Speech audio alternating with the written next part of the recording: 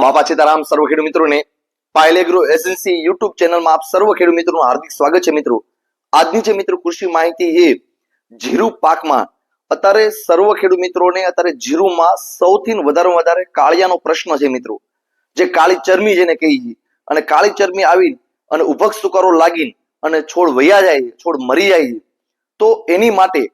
કઈ દવા વાપરવાથી આપને વધારે સારું રિઝલ્ટ મિત્રો મળી શકે તો એની યુટ્યુબ ચેનલમાં આપણી વાત કરી હતી મિત્રો।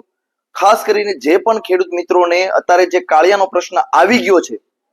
તો એની માટે ટાટા કંપનીનું સાર્થક નામની જે મમરી આવે છે ટાટા કંપનીનું સાર્થક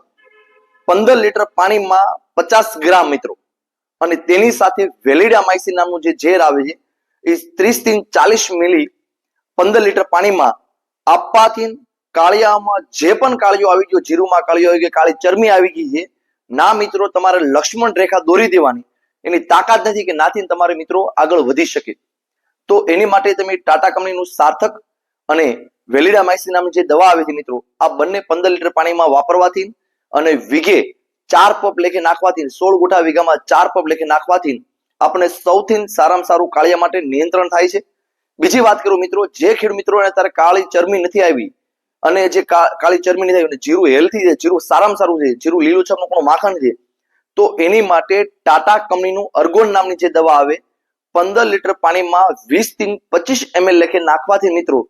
તમારે કાળી ચરમી કે લીલો સુકારો કે ઉભક સુકારો કે સફેદ ચારી આવવાનો મિત્રો પ્રશ્ન રહેતો નથી। પણ આવી ગયા પછી ટાટા કંપનીનું સાર્થક વાપરવું પડશે મિત્રો અને એની સાથે વેલિડામાઇસિન વાપરવું પડશે અને જે અત્યારે મોલોમસીનો પ્રશ્ન છે જે થ્રિપ્સનો પ્રશ્ન છે તો એની માટે હેડ્રિક નામની જે દવા આવે છે મિત્રો